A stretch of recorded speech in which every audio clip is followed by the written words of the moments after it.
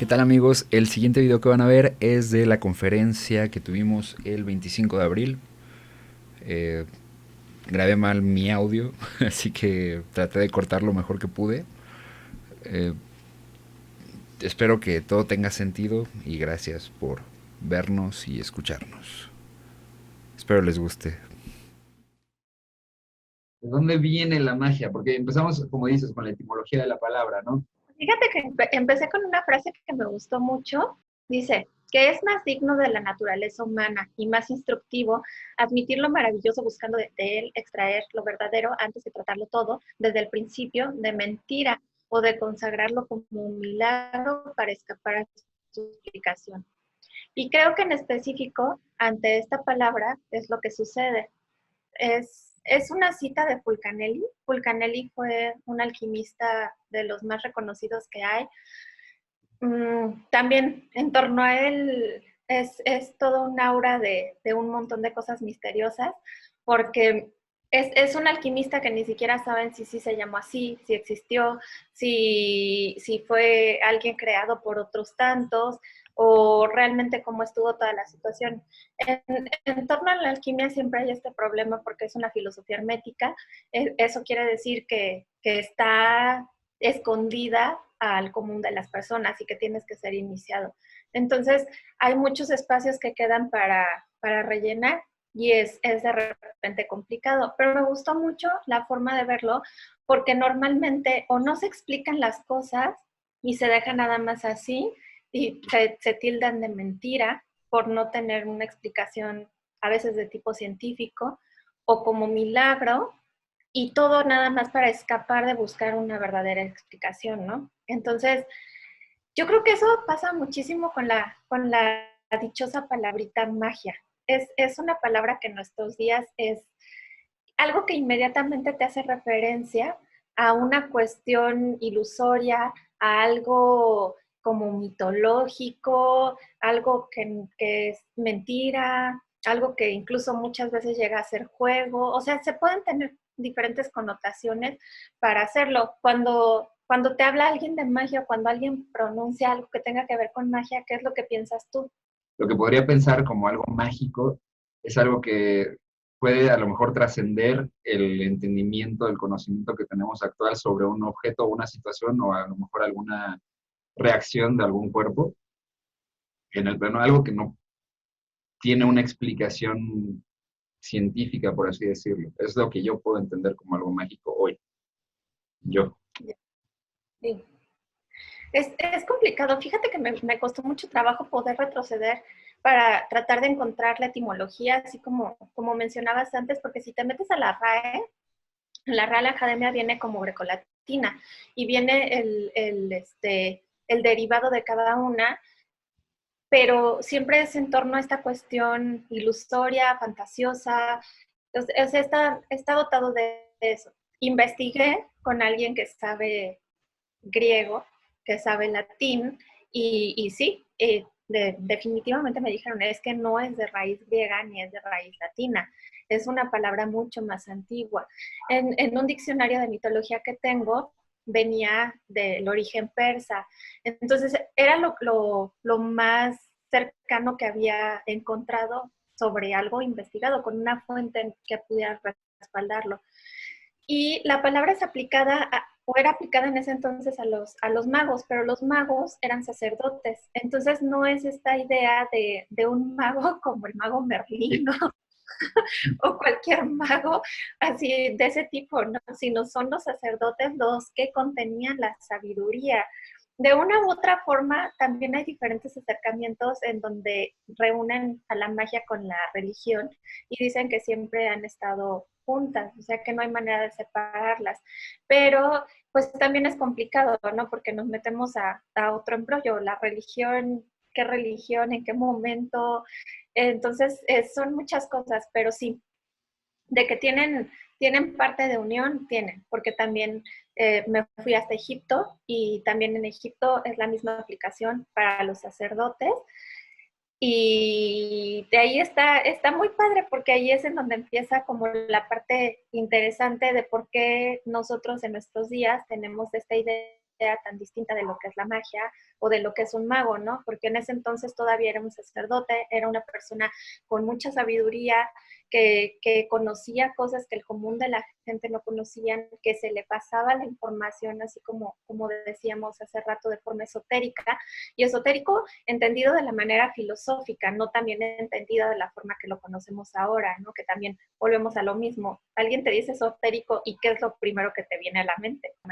Ahora, No, no, perdón, sí, no, ¿qué tantas disciplinas salen de ahí? Porque, o sea, yo puedo imaginarme que si estamos hablando de lo que está abarcando la magia como tal, puedo imaginarme que hasta la misma filosofía pudo haber tenido, no sé si nacer de ahí o tener una relación directa con.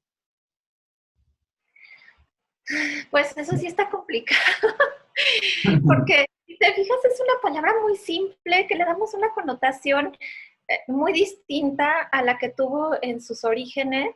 Y una vez que te empiezas a adentrar a estudiarla, sí te empiezan a generar todo este tipo de cuestiones, porque falta que hablemos sobre lo de Egipto, pero falta también que hablemos sobre la India. Y en la India viene una parte bien importante y muy, muy interesante, porque tiene el derivado de Maya. Y Maya sería esta misma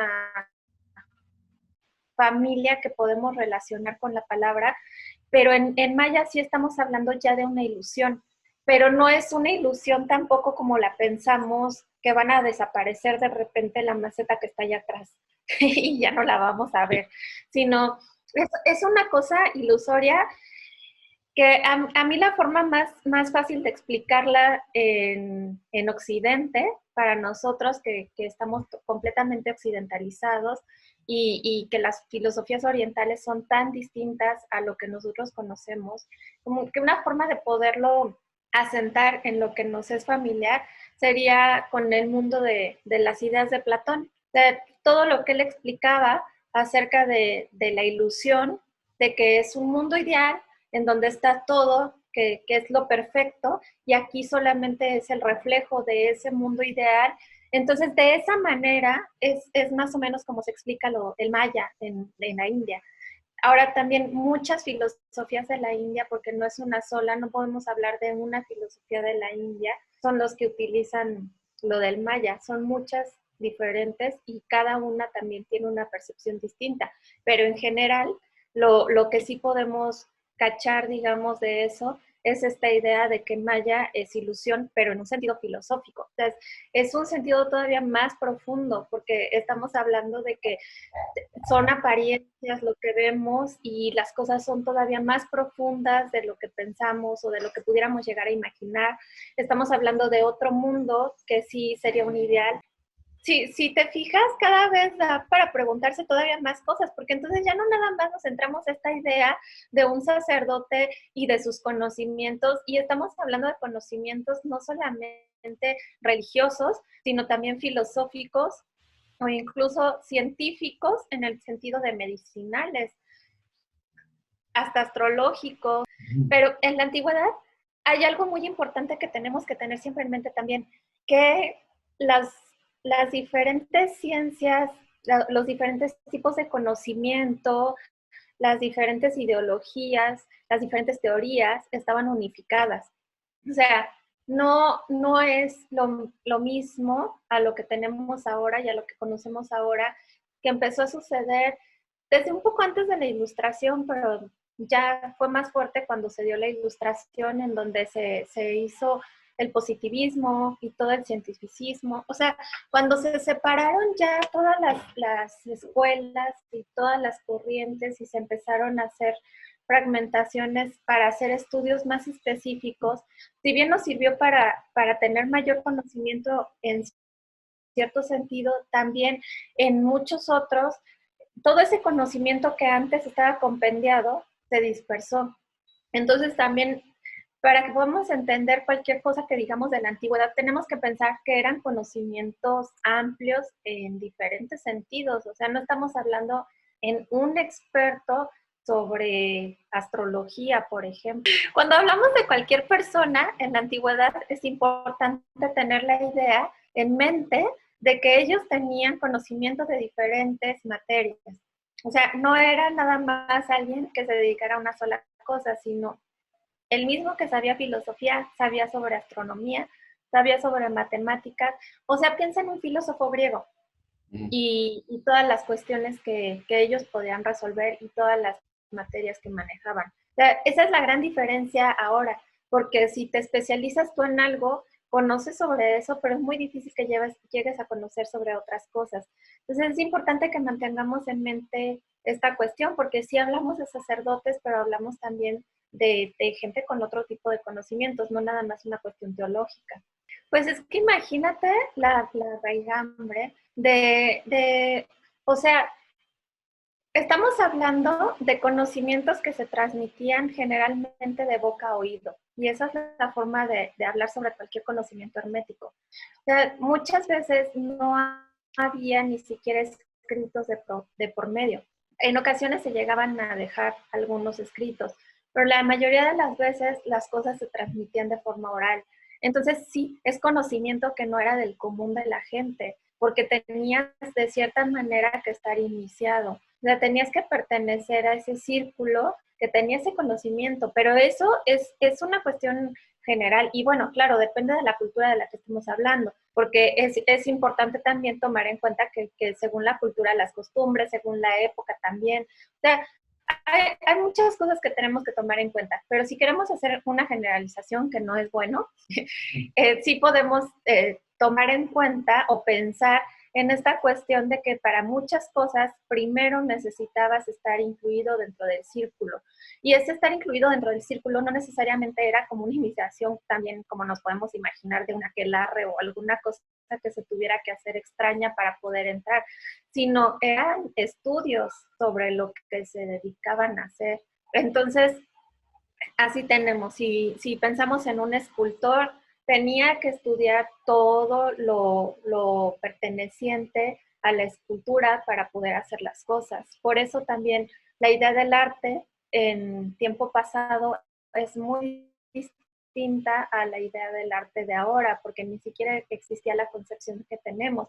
Y para ellos era esta cuestión en Grecia de la técnica, del dominio de una técnica, que sería también el arte de dominar esa técnica. Pero si tenías, de cierta manera sigue siendo lo mismo en el sentido de que te tienes que educar dentro de ello, pero aquí era más difícil entrar a ese tipo de educaciones.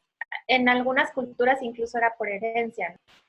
Leyendo algunos alquimistas no están de acuerdo con la masonería porque retoman cosas de la alquimia, pero las acomodan de otra manera distinta. Es complejo porque desde la alquimia eh, hablan que se retoman muchas cosas, pero las toman con otro sentido. Y realmente es lo que pasa con cualquier tipo de conocimiento. Siempre vas tomando algo del anterior que ya existe y lo vas modificando según creencias o según los momentos culturales, sociológicos, históricos. Son muchas cosas las que se modifican. Entonces, de repente es un poco complicado, ¿no? Sí tienen esa cuestión oculta, pero acá no era, no necesariamente era como una cuestión oculta en ese sentido, sino más bien, imagínate, tú estás estudiando ciencias de la comunicación, entonces digamos, perteneces a ese gremio, eres como parte de ese grupo que entiende ciertos puntos que son específicos para ellos sobre cuestiones de comunicación. Alguien que esté estudiando alguna ingeniería en física está adentrado en la terminología necesaria para poder entender todos los conocimientos. O sea, es como en ese sentido, en ese sentido, pero dependiendo de las culturas a las que hablemos, por ejemplo en la India, pues sí hay mucho misticismo, porque los sacerdotes y muchas de las diferentes áreas de trabajo que había dentro de la sociedad estaban dadas por herencia. Entonces, en China también, o sea, son cuestiones hereditarias. y ese conocimiento no era tan accesible al común como ahora, ¿no? Que si tú dices, quiero estudiar tal cosa, pues me meto a estudiar tal cosa. Si eres bueno o malo, ya es independiente, pero de cierta manera tienes la posibilidad de hacerlo. Dependiendo, por eso te digo, dependiendo de la cultura, no podemos generalizar. En algunas culturas esta cuestión era muy difícil. Era complicado que entraran porque tenían que ser herederos de ese conocimiento. O sea, eran conocimientos que se guardaban de una manera atesorada. Entonces, quizá de ahí podemos hablar que viene este cierto misticismo. Quizá de ahí podemos hablar de esta cuestión como mística en ese sentido, de lo oculto, porque sí había ciertas culturas en donde este conocimiento sí era privilegiado. Entonces, aquí nos vamos a los persas y los persas eran un tipo de cultura que tenían el conocimiento para ellos y eran los sacerdotes los que eran los magos y se les decía magush, que es la etimología con la que vi. Y lo más que pude acceder fue que gracias a una lingüista que me echó la mano, porque ahorita está muy difícil conseguir bibliografía y en internet no hay nada. Me imagino. Sí, no está canijo. Ella ya en un diccionario de etimologías lo buscó y sí viene del persa y es esta cuestión de que es una herencia protoindoeuropea. El protoindoeuropeo me lo explicó ella muy claro porque en donde lo he llegado a leer muchas veces lo utilizan de manera indistinta, el indoeuropeo y el protoindoeuropeo. El indoeuropeo es la familia y es como la cultura de esa región, la zona, y el protoindoeuropeo sí es el lenguaje, pero es proto porque es un lenguaje que está armado según lo que se cree que fue, porque son tan antiguos que ni siquiera se tiene como una forma de poder hacer el recorrido histórico y llegar a la raíz. Entonces, la palabra magia, imagínate, o sea, estamos hablando de una cosa. Sí, parte de lo que se hacía era justo para cuidar. Era un conocimiento muy preciado, por eso me refería a él como una cuestión de atesorarlo, porque se atesoraba. No estoy segura de decir para que no se corrompiera, porque también esta idea de que se modifique y se transforme es un poco más reciente, entre comillas. O sea, lo que se hacía era como por lo de la herencia que mencionaba hace rato, se iba pasando el conocimiento de unos a otros y eso era lo que hacía que se cuidara, o sea, que se conservara. Era como una manera de cultivarlo. Yo pienso mucho siempre en esto, tanto en la India como en China, que son lugares que realmente se dedicaron por familias a hacer cada quien su conocimiento, y era un conocimiento hasta de tipo sagrado, pero estamos hablando, por ejemplo, de un zapatero, estamos hablando de alguien que pinta, así como de un médico, o sea, no nada más son cierto tipo de conocimiento, sino era el conocimiento en general de cada cosa que se hacía, porque se le daba la importancia a cada cosa y no se menospreciaba, o sea, todo tenía su importancia, todo tenía su técnica, todo tenía su forma. Sí, ahorita ya está muy diluido toda esa apreciación, ¿no? Al conocimiento y a la técnica, como dice. Sí, exacto. Sí, Sí, por ejemplo, sí, sí. no, dime. No, lo estaba pensando en el arte, que lo mencionaste hace rato. La cuestión de ser artista como tal era muy, muy distinta. O sea, ha habido diferentes percepciones del arte y depende de la época también las cuestiones de dificultad con las que se han tenido que enfrentar para poder ir resolviendo problemas. Ahora, ¿crees que esto sea algo perjudicial? Porque mientras más vamos expandiendo nuestro conocimiento, más vamos dando por hecho cosas. Y el que demos por hecho cosas hace que realmente no conozcamos qué hay detrás de todas esas cosas. Pues mira, a mí parte de lo que me parece perjudicial es todo lo que se ha atomizado el conocimiento. O sea, en ese sentido sí, porque dejamos de conocer muchas cosas. O sea, era lo que te decía hace rato. Si tú te dedicas a hacer algo, ya te desentiendes de muchas otras cuestiones.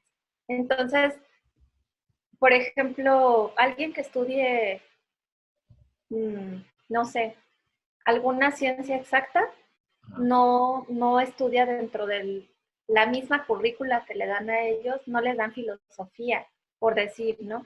Y yo creo que sería muy importante, sí, y a la inversa, tener conocimientos de ambas partes, porque eso siempre va a ampliar la forma de la visión.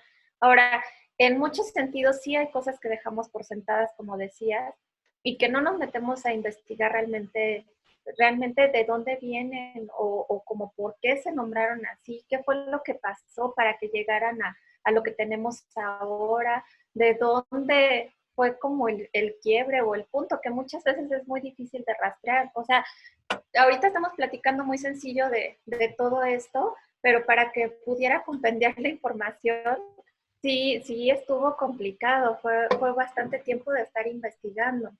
Y aparte, métete con diferentes culturas y empieza a ver los diferentes acercamientos de todo, ¿no? Entonces, sí no son cosas sencillas que aparentemente son muy fáciles y que las usamos como decimos agua. O sea, es lo mismo. Sí, llegué a encontrar un egiptólogo que se llamó Wallis Budge. Él explica toda esta cuestión de la magia que también estaba puesta en los sacerdotes, ellos eran los magos, y que llegaron a un punto en que tuvieron que hacer para tener mayor audiencia cosas que llamaran la atención. Entonces, digamos que le empezaron a meter producción a su cuestión sacerdotal, ¿no? Para poder llamar la atención de la gente. Y como pasa siempre, unos cuantos, no quisiera decirles abusados, pero unos cuantos que vieron que haciendo cosas llamativas la gente se empezaba a reunir. El Badabun de los egipcios, ¿no? Más credibilidad, exacto. Sí, fueron los que empezaron a imitar y empezaron a hacer cosas también así como muy maravillosas para asombrar a las personas y les prometían que les iban a hacer infinidad de cosas, a curarlos contra males, a poder hacer que sus cosechas estuvieran bien. Todo lo que te imagines se los iban a cumplir por extrafalario que fuera. Entonces, aquí empieza, perdón que te interrumpa, la charlatanería. fue justo el momento, y es lo que explica Butch. Y está súper interesante porque es lo que dice, de ahí se divide esta cuestión de magia blanca y magia negra. Los charlatanes eran los que hacían la magia negra, que realmente no tenían conocimientos y que lo único que hacían eran estas cuestiones ilusorias de vender fantasías que no existían. Entonces también ese es otro quiebre para entender el por qué vemos la magia como la vemos ahora.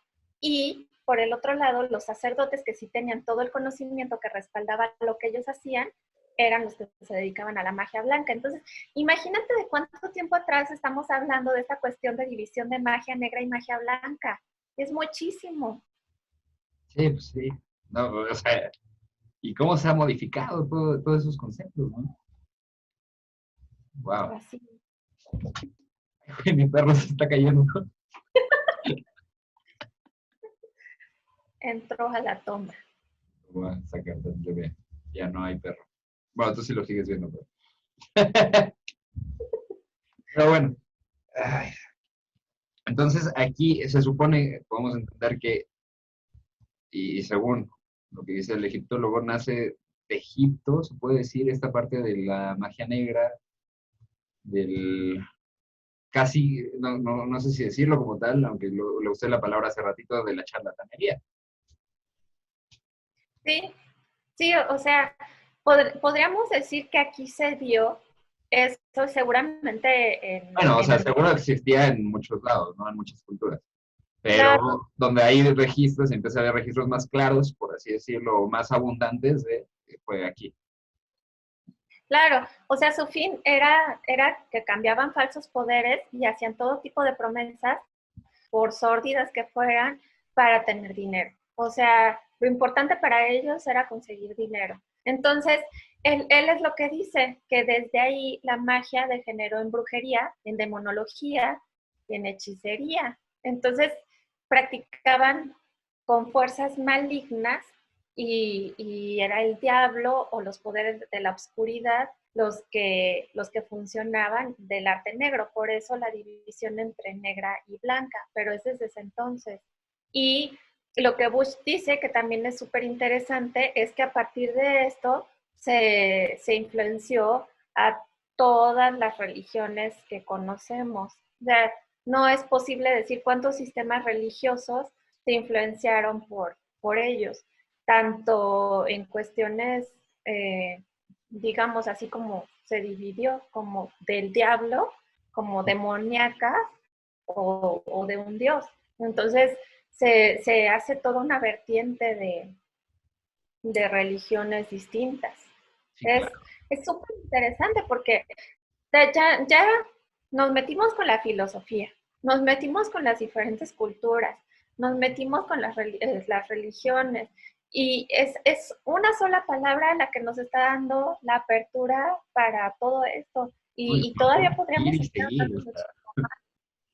Es que habría que recordar que también en Egipto era un lugar de mucho cruce cultural. O sea, Egipto también, depende de la dinastía que hablemos, pero en muchos momentos fue un lugar de mucho cruce de conocimiento. Y con ellos llegaban de muchos lugares, porque estaban también ubicados geográficamente en una zona que era accesible. Entonces, ellos comerciaban con muchos países de diferentes lugares y es súper difícil. O sea, hay cosas que por más que queramos tratar de encontrar quién fue el primero que hizo, quién fue el primero que dijo, va a ser muy, muy complicado, pero sí tenemos que tener en cuenta que Egipto, por lo menos con Alejandro Magno, la biblioteca tan hermosa que había, sí. está preciosísimo porque era canijo, el hombre era canijo, era un enamorado del conocimiento y llegaban los barcos, llegaban los cargamentos, llegaba quien llegara, de donde llegara. O sea, tenía cosas de China, tenía cosas de Persia, tenía cosas de todos lados. Entonces, de donde llegaran, les quitaban todo para revisarlo. Y él tenía a un montón de gente, a un montón de copistas de todo lo que te imagines, de textos, de dibujos, reproductores de arte, de esculturas, de pinturas, de todo lo que te imaginas, tenía gente trabajando en friega ahí en la biblioteca de Alejandría. Entonces lo que él hacía era recolectar todo lo que traían, ponía a los copistas en friega que copiaran todo, ya fueran obras de arte, textos, tablillas, lo que fuera, lo reproducían exactamente igual y les regresaba las copias a las personas y él se quedaba con los originales. Entonces, imagínate las cantidades de conocimientos. Ahora tenían todas las escuelas filosóficas también ahí y todo eso no era nada más conocimientos que gestaran ellos, sino eran conocimientos que habían adquirido también incluso filósofos en viajes. Entonces estamos hablando que Platón y en toda su ideología, yo creo que por eso es una forma tan fácil de explicar esta cuestión de la India con él, que está plagada de conocimiento oriental. O sea, puedes encontrar muchísimas filosofías orientales dentro de lo que él maneja. Es un conocimiento occidentalizado, pero es un conocimiento previo. En Persia, te digo que el origen era de Mogu o Magush, que es la etimología de mago. Entonces, practicaban la ciencia que llamamos magia, pero era medicina, considerando aspectos mortales y místicos. O O sea, sea, solo era, perdón que te interrumpa, la parte medicinal, o sea, la parte de la vida y de cómo cuidar esa vida, por así decirlo. no, o sea, era la cuestión medicinal, pero también era la cuestión filosófica, la cuestión científica y la Ok. cuestión mística. Por eso te decía, hay que tener muy en cuenta que antes no estaban divididas las disciplinas. Entonces, alguien que se dedicaba a una cosa aparentemente incluía muchas otras tantas. Ahora, Entonces, ajá, dime, bueno, por ejemplo, nada más aquí para dar así como lo que querías. Algo parecido, te estoy hablando sobre, ay, ¿dónde está? Espera 5 segundos porque ajá, aquí lo tengo. Sí, Es el diccionario mitológico del que te hablaba, se llama Julien, la que lo escribe, y es lo que dice, que algo parecido se encontraban en otros pueblos como en los druidas, que la palabra druida, que es druida, quiere decir gran saber, o con los irlandeses célticos y galos. En las Galias prerromanas formaban una corporación poderosa aliada de la aristocracia y dirigida por un jefe de los druidas. Entonces aquí ya están entreverados unos con otros. Y aquí sí especifica, estudiaban la astrología, el calendario, creían en la inmortalidad del alma y enseñaban los preceptos morales. También los Waidler de la antigua Prusia y los Ventuno rusos. O sea, hay en muchísimas culturas, que era lo que te comentaba hace rato, este tipo de conocimiento, no es uno solo.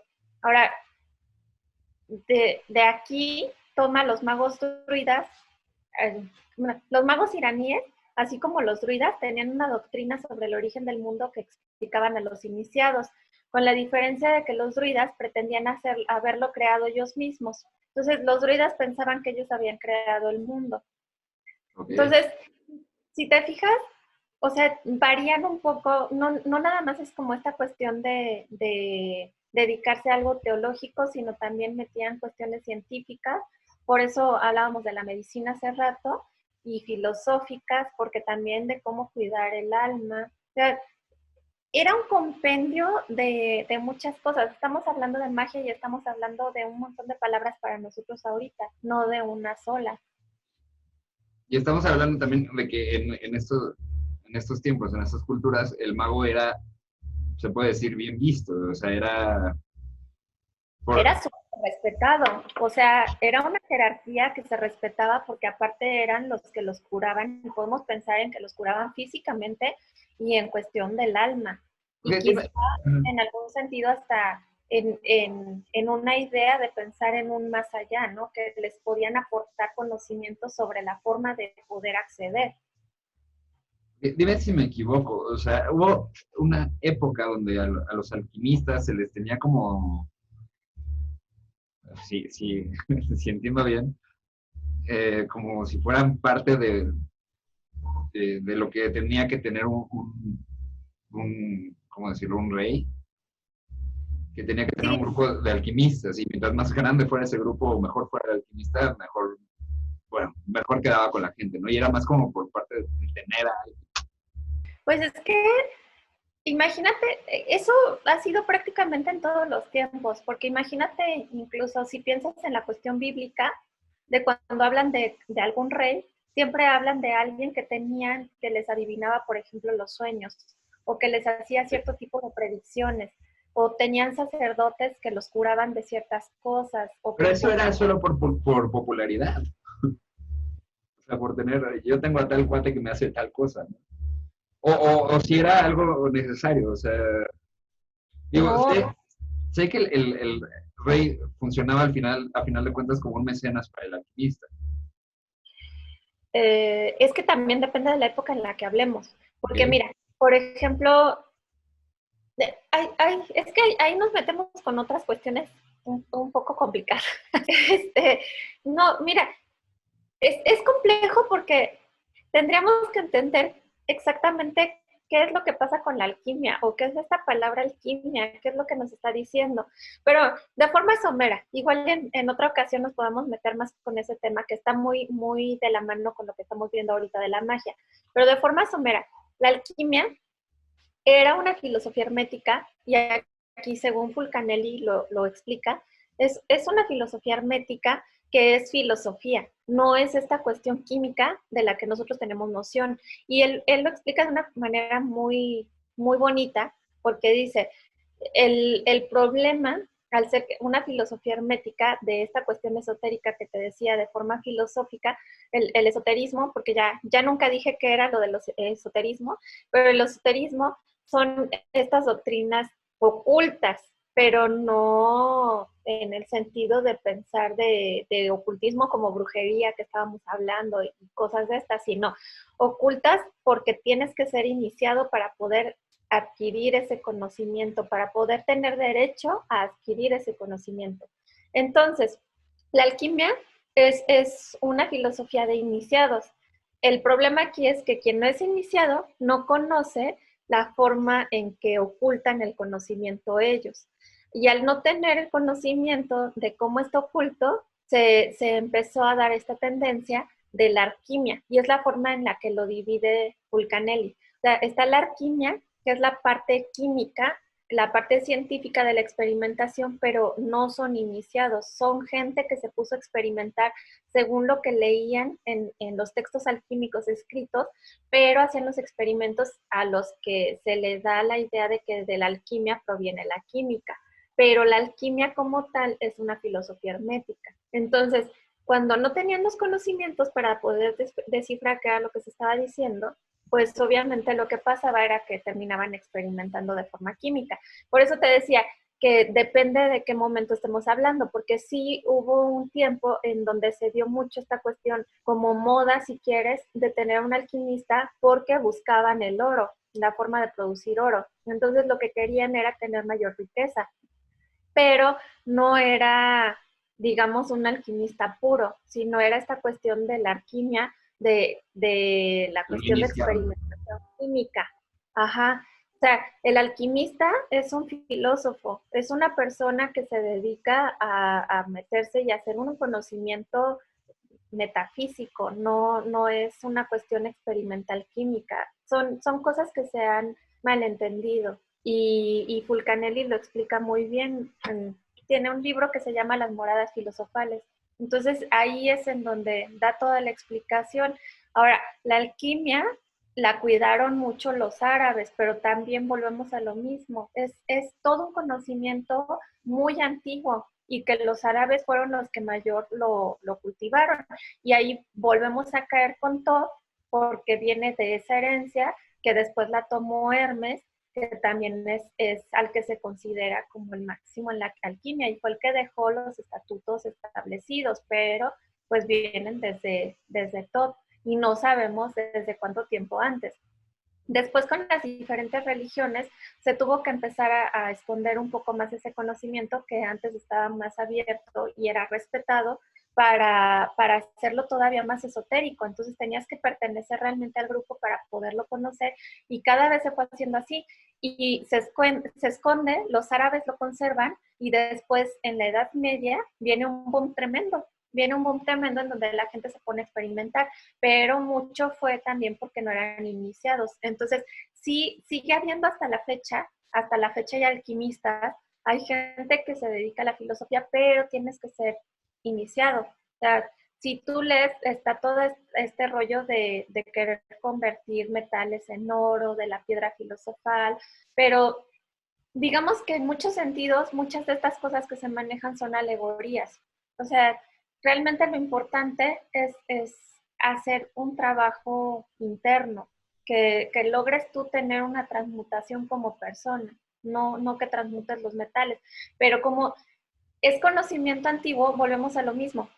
Es conocimiento que es muy amplio en la cantidad de materias que abarca, porque antes estaba el conocimiento unificado, no estaba atomizado como ahora.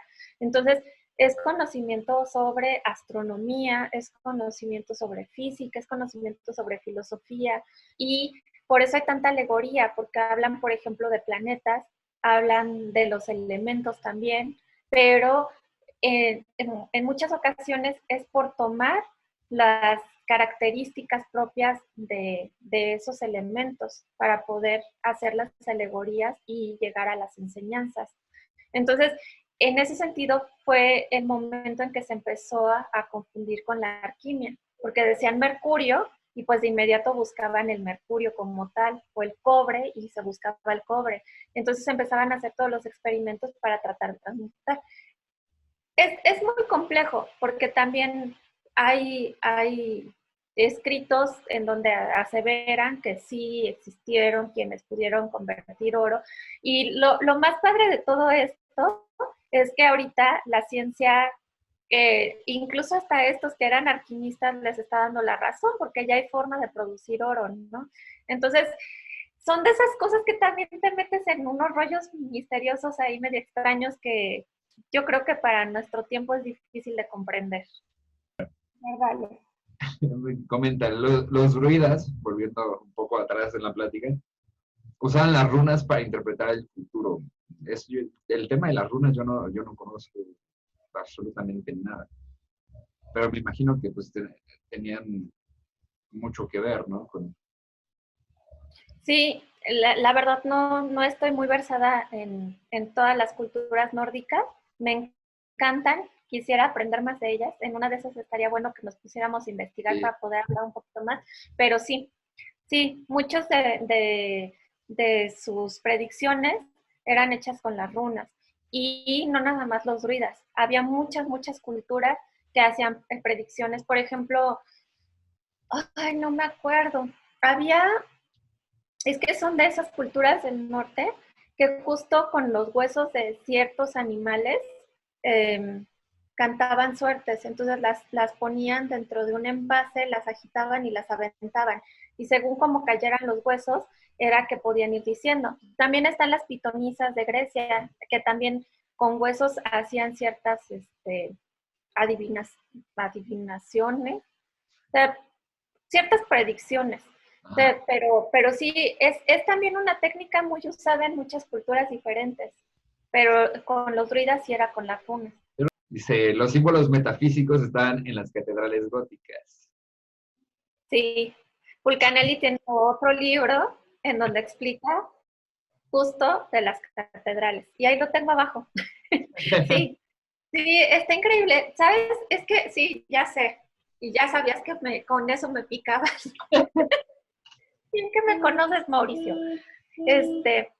Sí, es, es increíble porque justo esa época del gótico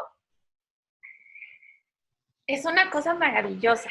O sea, el gótico fue un momento, de entrada gótico, fue una forma despectiva de llamarlo. Le decían así al arte bárbaro, porque estaban hablando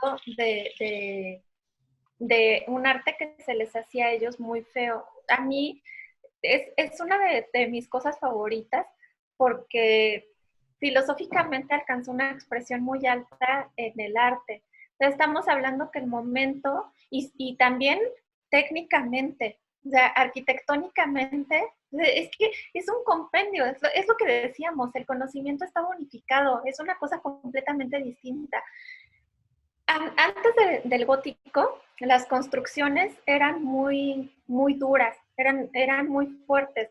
La, las, las paredes eran muy anchas para poder soportar. O sea, hubo un momento en que lograron construir cúpulas y cuando lograron construir cúpulas lo que tuvieron que hacer fue hacer muy anchas las paredes para que soportaran el peso de la cúpula y de todas las bóvedas que se pudieran soportar.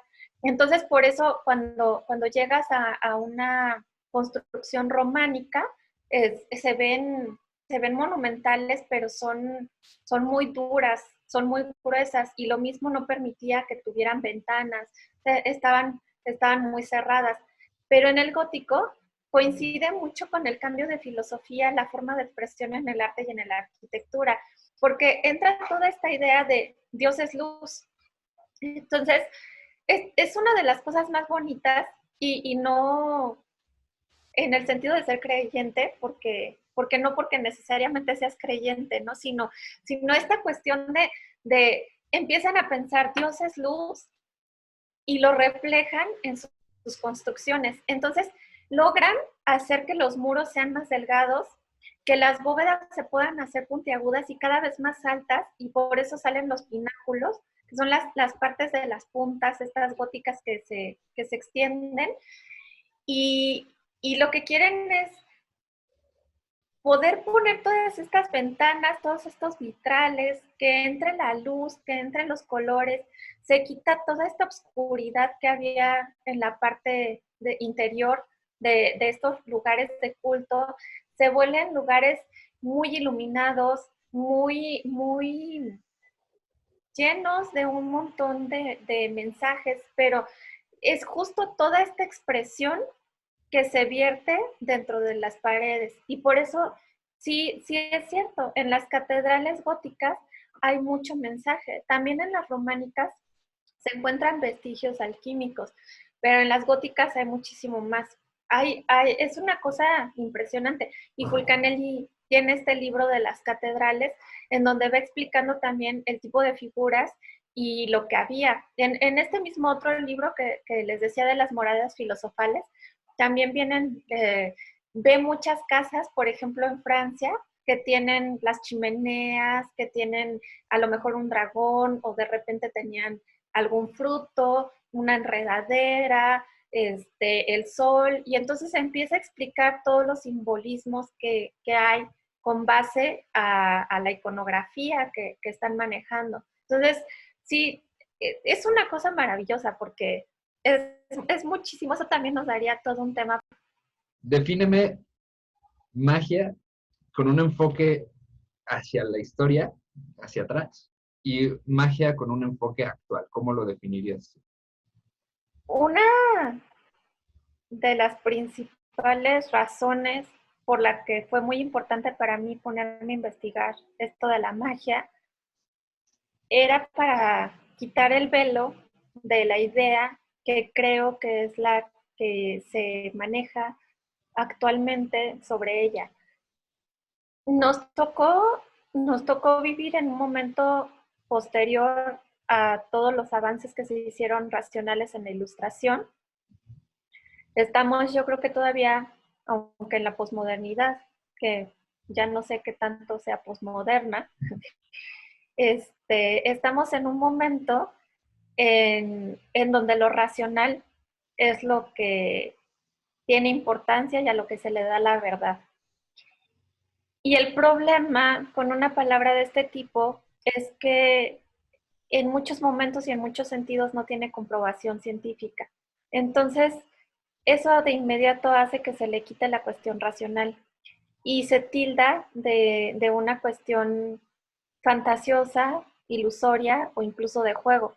Entonces,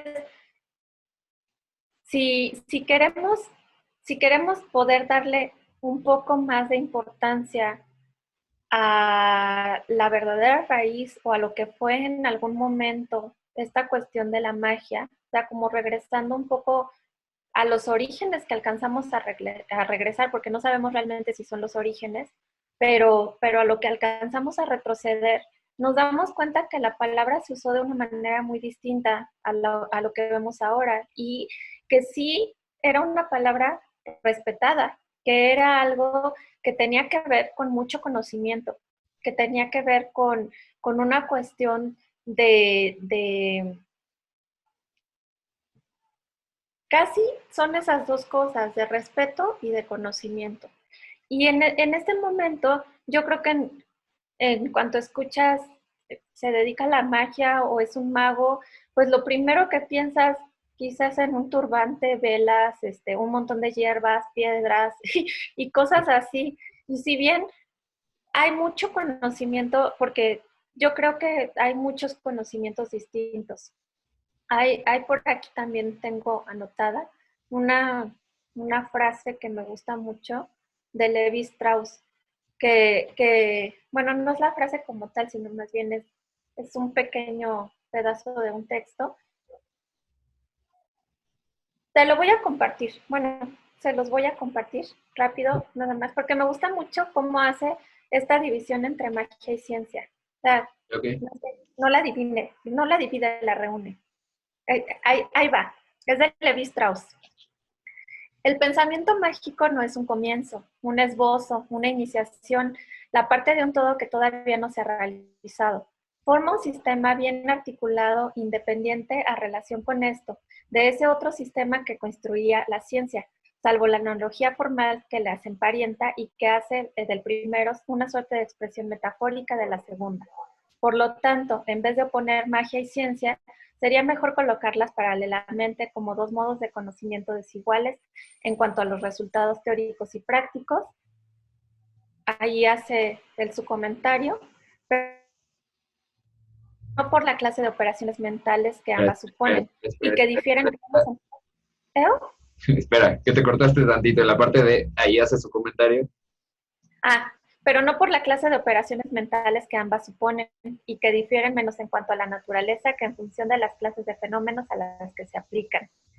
Estas relaciones se derivan en efecto de las condiciones objetivas en que aparecieron el conocimiento mágico y el conocimiento científico. Entonces, es importante este texto para mí porque yo creo que él ayuda a que esta dicotomía ya no se tome en cuenta, sino que más bien lo veamos como dos tipos de conocimiento diferente y que cada uno trae una aportación distinta a las necesidades del ser humano en general. Entonces, históricamente, la magia es un saber, es un conocimiento que tuvo mucho respeto. Ahorita nuestro tiempo está desvirtuado, quizá nos hemos quedado mucho con esta idea de toda la charlatanería que se generó alrededor de ella y por eso también ya es una cosa a la que le quitamos credibilidad, pero no porque exista la charlatanería o no porque haya existido toda esta desvirtuación de conocimientos, dejó de existir también toda esa otra rama que sí contiene conocimiento, que sí estaba guardando o atesorando, como comentaba, un conocimiento fuerte de otro tipo de cosas que quizá científicamente son distintas, como dice Levi Strauss. Entonces, no sé si más o menos con eso quede lo que me pregunto.